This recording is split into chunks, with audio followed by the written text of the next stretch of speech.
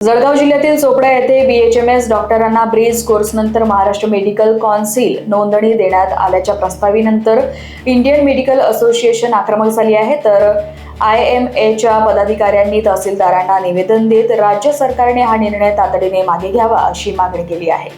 राज्यभर सुरू असलेल्या आंदोलनाचा भाग म्हणून चोपड्यातील डॉक्टरांनीही निषेध नोंदवला। तर या आंदोलनाला मोठ्या संख्येने IMAचे पदाधिकारी आणि सदस्य उपस्थित होते।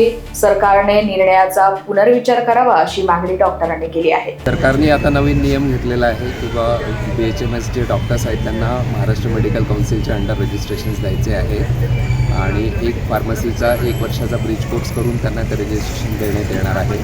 याला IMAचा सक्त विरोध आहे कारण की याच्यामध्ये पेशंट केअर ही कॉम्प्रोमाइज होणार आहे। तर त्या संदर्भातलं आम्ही निवेदन देण्यासाठी तहसीलदाराला आलेलो होतो। तर आम्ही तहसीलदार साहेबांशी बोलून त्यांना निवेदन दिलेलं आहे। डॉक्टर साहेब, हे जे आता राज्यव्यापी जे संप चालू आहे त्याच्यात आपलं हॉस्पिटलही बंद आहे का? काय हो, आमच्या सगळ्यांच्या हॉस्पिटल्स 3 दिवसांपासून बंद आहेत। इमर्जन्सी जे पेशंट आहे त्याचे स्टेटमेंट वगैरे कसे आहे? आतापर्यंत इमर्जन्सी ज्या पेशंट्स होते त्यांना आम्ही सेवा दिलेली आहे। Bureau report, Lokvahini media, Jalgaon.